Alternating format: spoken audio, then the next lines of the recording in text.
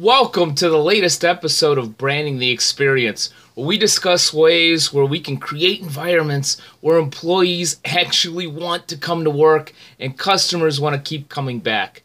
Hi, I'm Ken Bader, your host for Branding the Experience, also the founder of Bader Training and Consulting, and the author of the book, The Formula for Business Success Equals B plus C plus S, a discussion on brand, culture, and strategy alignment.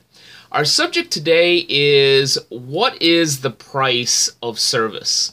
And this was a question that I got just yesterday. I had the distinct pleasure to facilitate a small business workshop that was titled, and on the topic, ironically, of branding the experience, one of the more popular sessions that my clients and folks ask for.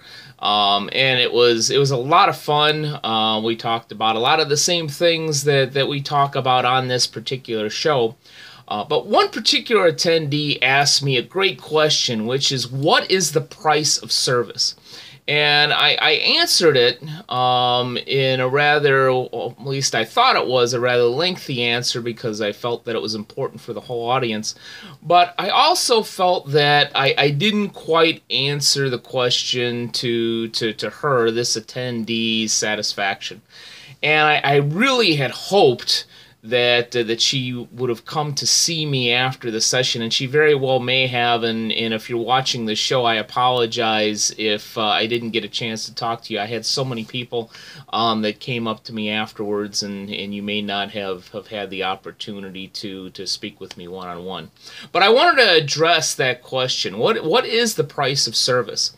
And this particular individual, if I remember it right, runs an interior design, an interior design firm, which of course is truly is a service-based business, and really does apply to that branding the experience, and especially this B plus C plus S formula. Not that any organization doesn't, but service businesses really benefit from learning this particular progression more than any other. But the subject, obviously, because it was branding the experience, was mainly on branding and also on culture. But her question actually may lie more in the S, in the strategic portion of that B plus C plus S formula.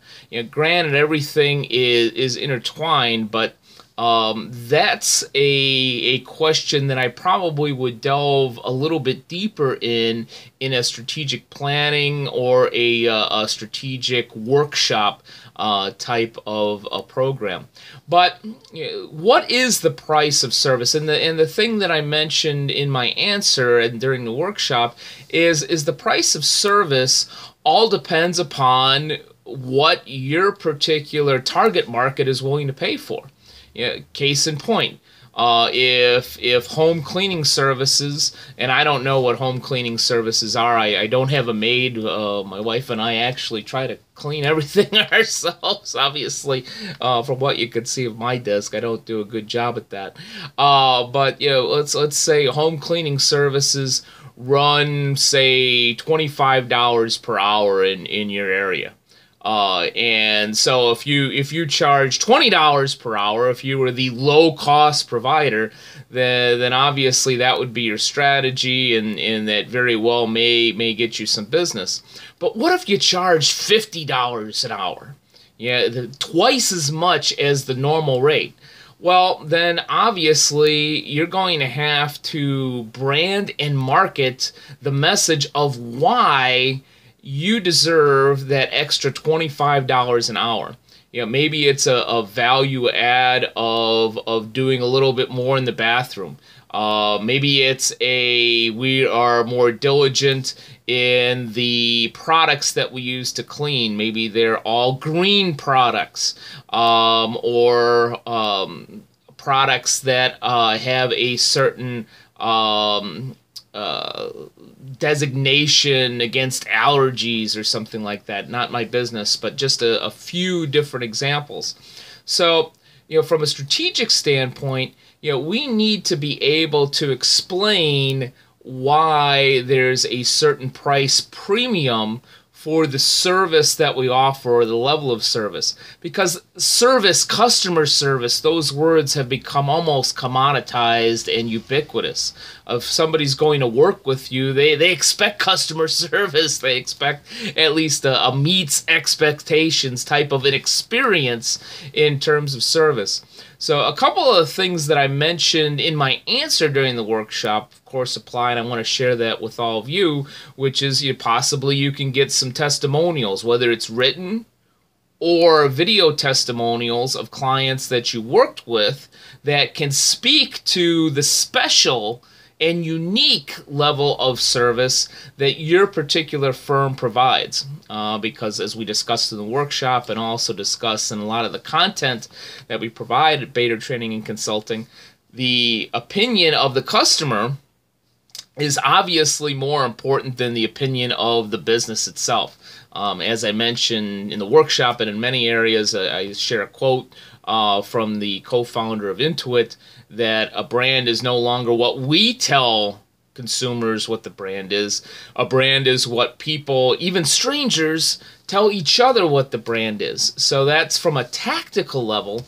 From a branded marketing level, yeah, it's a good tactic to use to try to quantify in terms of dollars why your service is a little bit higher priced, and deservedly so. But let's get back to the S portion, the strategy, because that's the one answer that I didn't give and I didn't get a chance to cover. Some of these 1 hour, 2 hour sessions are just too darn short sometimes to get all of this good information in, and more important, to answer everybody's questions exactly the way they need to be answered so that I can help them and also help their business. So from a strategic standpoint, and I alluded to this a little bit yesterday but didn't elaborate on it, is we have to understand who it is that we're serving. Who are we serving, or what is our target market, in that the level of service, in this case the high level of service, or better yet the high level of an experience, really applies to them. To go back to my earlier example on this show, let's say we're looking at house cleaning. Now if somebody is of middle income, maybe with 2 or 3 kids, has a number of expenses, and is trying to find a house cleaner to just give them a little bit of help, but is under a budget. Well, if we're below the average price, if we're charging, again, based on my example, $20 per hour, rather than the going rate in your neighborhood, $25 an hour, then that is probably your target market, your target customer. But if you're charging $50 per hour, and again in this example, it's somebody that is really, really tight on a budget, that the price is more important than some of the other customers that you could be talking to. And again in this example, that green or allergies or some of that extra value add that I mentioned doesn't apply, then they're not your target customer.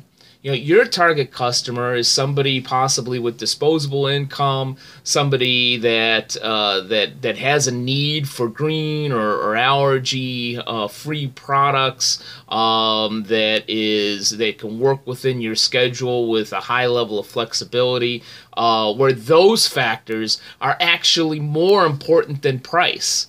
That experience and getting exactly what you want is worth the $50 per hour. So to go back to this interior design question and this attendees question, is we need to answer a couple of questions before we even brand or brand message that particular aspect of our business. And these are 2 questions that I ask practically every client. 1, who do we want to serve? And 2, what problem do we want to solve? So from an interior design standpoint, who do we want to serve? Because not everyone is our customer. Do we want to serve people in affluent neighborhoods that can and appreciate a higher price for a better level of service and, better yet, a better experience? Or, do we want to serve maybe middle-class folks that may be a little bit more on a budget, where they're going to question that extra price for service? So we need to understand, who we want to serve, and then what problem is it that we want to solve of theirs. So let's say we are a higher priced interior designer, and we decide, all right, we're going to target affluent neighborhoods in specific counties or specific areas within our geographic region where we could easily travel to and service these folks. If we're decided on that, and that is our target market, and again, if this particular individual is listening, I don't know your business, but I'm assuming that's where we were going. If that is the case, then we clearly have to answer, what problem of theirs do we want to solve? And that problem may not just simply be that their house looks like crap and needs an interior designer to truly make it something special, something better than it is now. Maybe it's simply to save time. Maybe this individual does know exactly what he or she wants for his or her home, but is working 80 hours a week. Maybe the problem is, I've got a big holiday function and I want my house to look so much better and in a certain way by a certain time, because if people want things quick, they usually are willing to pay for it. If they want something like that, maybe that's the problem that we solve in terms of getting this done quickly and at a high expertise level. But if we can understand exactly who we want to serve, because if we decide who we want to serve, then that price may not be as much of a factor. And two, we understand exactly what problem of theirs we want to solve, then that conversation, or what sounded like that aggravation over trying to explain and justify price for a certain level of service, or as I like to put it on this show and in that workshop, a certain type of experience, then maybe that isn't there, and you don't have that frustration, and you don't have as many of those conversations because you're talking to people within your target market. I hope that helps, not only to that individual, but also to all of you viewing this show today. I want to thank you, and do thank you for spending some time with me today. And here's hoping that your experience for your employees and your customers are branded at exactly the right level. Take care.